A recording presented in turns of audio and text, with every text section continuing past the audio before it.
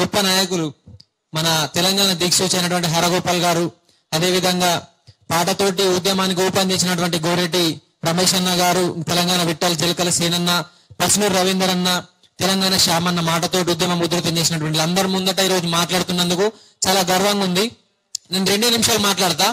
మేము డిగ్రీలు కంప్లీట్ చేసిన తర్వాత ఈ సామాజిక ఉద్యమాలలో పాల్గొంటూనే ఏదైనా చిన్న బిజినెస్ వేయడమని చెప్పి నా మిత్రుడు నేను ఇదే హైదరాబాద్ లో హైటెక్ సిటీలో ఒక చిన్న టీ స్టాల్ పెట్టుకున్నామన్న ఒకప్పుడు ఒక రోజు.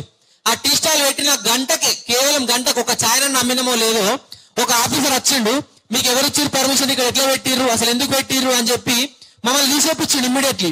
మేమేం చేసినామంటే అక్కడ ఉన్న స్థానిక కార్పొరేటర్ బీజేపీ అయినంట, మన బీజేపీ వాళ్ళు తెలంగాణ యువకుల మీద మనకు సపోర్ట్ చేస్తారేమో అని చెప్పి మేము పోయి మా గోడు వెళ్ళపుచ్చుకున్నాం. పుచ్చుకున్న తర్వాత ఆయన ఇన్నవి చేసిండు. అంత అయిపోయిన తర్వాత ఆ అధికారికి ఫోన్ చేసిండు, సరే ఆ టీ స్టాల్ ని ఇమ్మీడియట్ దాన్ని తీసేసుడు, అవి చేయకుండా వాళ్ళు మెల్లమెల్ల తీసేసుకుంటారులే అని చెప్పిండు.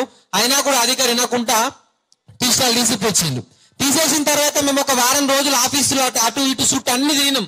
సరే పర్మిషన్ తెచ్చుకోండి, సరే ఇక్కడ పెడదామని చెప్పి ఆఫీస్ చుట్టూ తిరిగితే ఏ అధికారి కూడా మాకు పర్మిషన్ ఇయ్యాడు. ఆ తర్వాత ఒక 10 రోజుల్లో చూసిపోయినాం. మేము సేమ్ ఎగ్జాక్ట్ ఎక్కడైతే పెట్టినామో అదే లొకేషన్ లో, ఒక ఇంచు కూడా అటు జరగాలి, అదే ఎగ్జాక్ట్ లొకేషన్ లో ఒక మార్వాడు అక్కడనే ఒక టీ స్టాల్, ఒక జిలేబీ బండి పెట్టినట్టు పెట్టిండు. మేము పరిశీలనం, మేము తెలంగాణలో మై ఉండి ఇక్కడ ఉన్నటువంటి బీజేపీ నాయకుడు ఈ కార్పొరేటర్ దగ్గరికి పోయినా కూడా మాకు పర్మిషన్ లేదు, ఏం లేదు.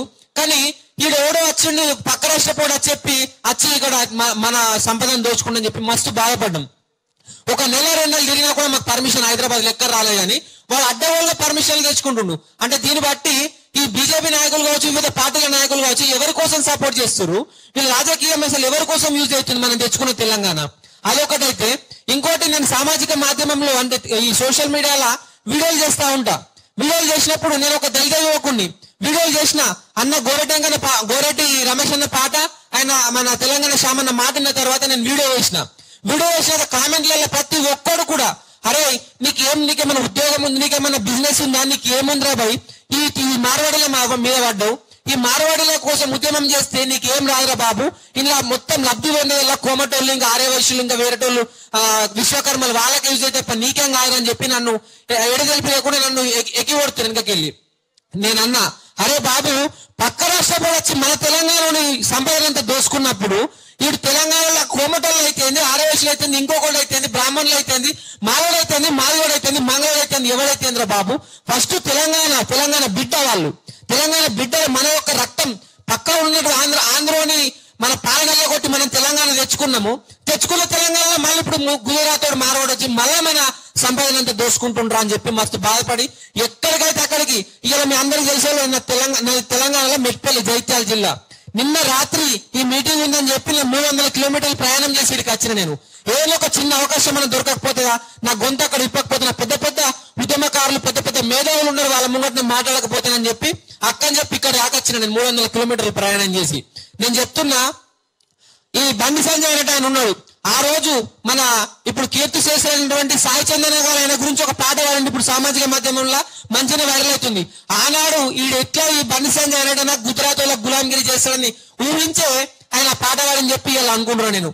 ఎందుకంటే అప్పుడు ఈ అగ్నివీర్ అనేటటువంటి ఒక ఉద్యమంలో కూడా ఆయన తెలంగాణ యువకులకు మద్దతుగా మాట్లాడుకుంటా వాళ్ళకి వ్యతిరేకంగా మాట్లాడుతూ ఒక యువకుడు సోషల్ మీడియా వ్యతిరేక గట్టిగా కౌంటర్ ఇచ్చిండు. మళ్ళీ వల్ల ఈయన మార్వాడీలోకి గుజరాతీలకే మళ్ళీ ఆయన మద్దతుగా కలుగుతుందంటే ఈ తెలంగాణ రాష్ట్రంలో ఉన్నటువంటి ఈ నాయకులు, ఈ బండి సంజయ్ కావచ్చు, ఇంకా వివిధ నాయకులు కావచ్చు, ఈ గుజరాత్ లో నోట్లతోటి గెలిచిరా, తెలంగాణ ప్రజలు ఓట్లతోటి గెలిచిరా అని చెప్పి నేను అడుగుతున్నా. కాబట్టి ఇది ఒక ఎమర్జెన్సీగా మనం ట్రీట్ చేయాల్సిన అవసరం ఉన్నది.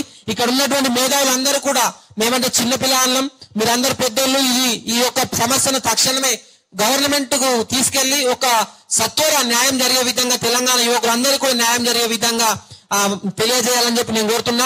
ఇంకోటి ఇంతకు ముందు ఒకటి విన్నా, వాడు అంటుండట ఈ తెలంగాణలో అంటే తాయి పండురంట.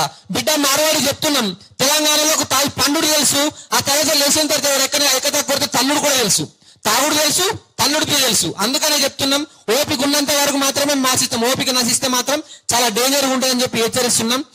నేను చిన్న మనం తప్పు మాట్లాడితే క్షమించండి. కాబట్టి గొప్ప అవకాశం ఇచ్చినందుకు నాకు ప్రత్యేక ధన్యవాదాలు తెలియజేస్తున్నా ప్రతి ఒక్కరు కూడా. Thank you very much. Thank you తమ్ముడు.